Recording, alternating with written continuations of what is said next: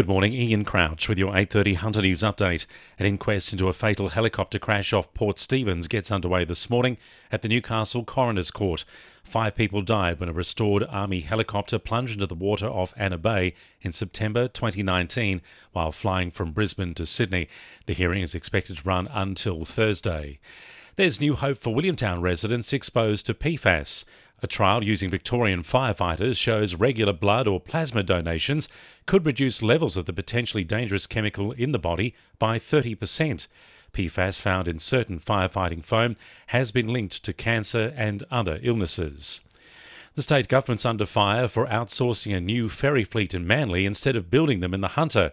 It's understood an internal memo has advised ferry captains not to sail directly into waves during heavy swells, or they could lose control of the Indonesian-built boats.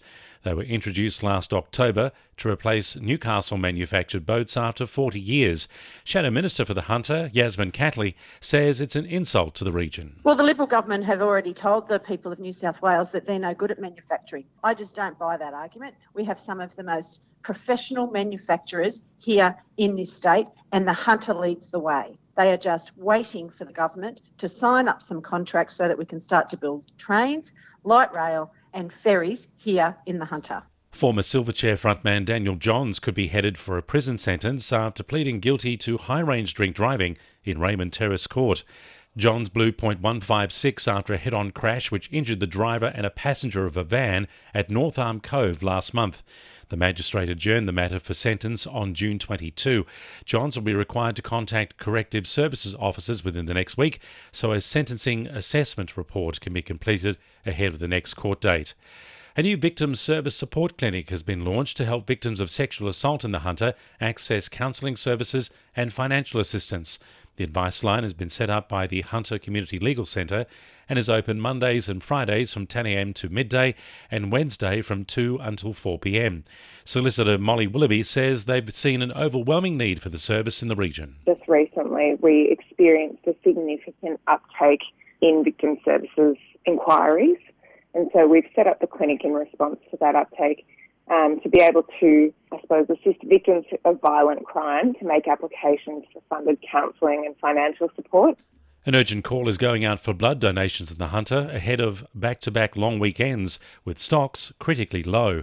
The Red Cross Lifeblood service is down to just 1.5 days of supply of O-negative, which is the safe go-to in emergencies when a patient's blood type is not known.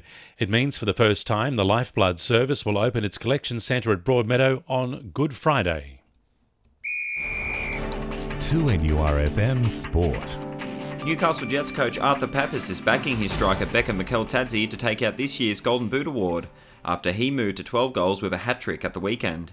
The Georgian is just 2 goals behind league leader Jamie McLaren and also has set his sights on breaking the record for most goals scored in a season by a Jet, sitting just 2 behind Adam Taggart and Joel Griffiths for the record. Meanwhile, the Jets are well and truly in the hunt for a spot in the finals this year, but will have to be without Angus Thurgate and Matt Yerman for this weekend's crucial clash against Melbourne Victory. The Jets are just 5 points outside the top 6 with games in hand, but with Thurgate and Yerman collecting their 5th yellow card at the weekend, will be suspended for 1 week. The Newcastle Knights have emerged as a likely landing destination for former Broncos half Anthony Milford, as the Knights look to add some much-needed spark to their attack. Milford was deregistered from the NRL pending a court hearing, but with the assault charges dropped yesterday, the Knights are said to be considering the 27-year-old on a 1-year deal.